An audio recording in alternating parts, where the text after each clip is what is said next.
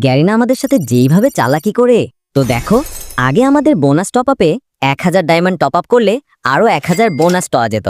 মানে এটা ফিক্স ছিল যে আমরা 1000ই পাবো, কিন্তু এখন দেখো সরাসরি ডায়মন্ড না দিয়ে ডায়মন্ডের ক্রেটস দিয়ে দিচ্ছে, যেখানে আমরা সর্বনিম্ন 40 ডায়মন্ড থেকে সর্বোচ্চ 1000 ডায়মন্ড পেতে পারি।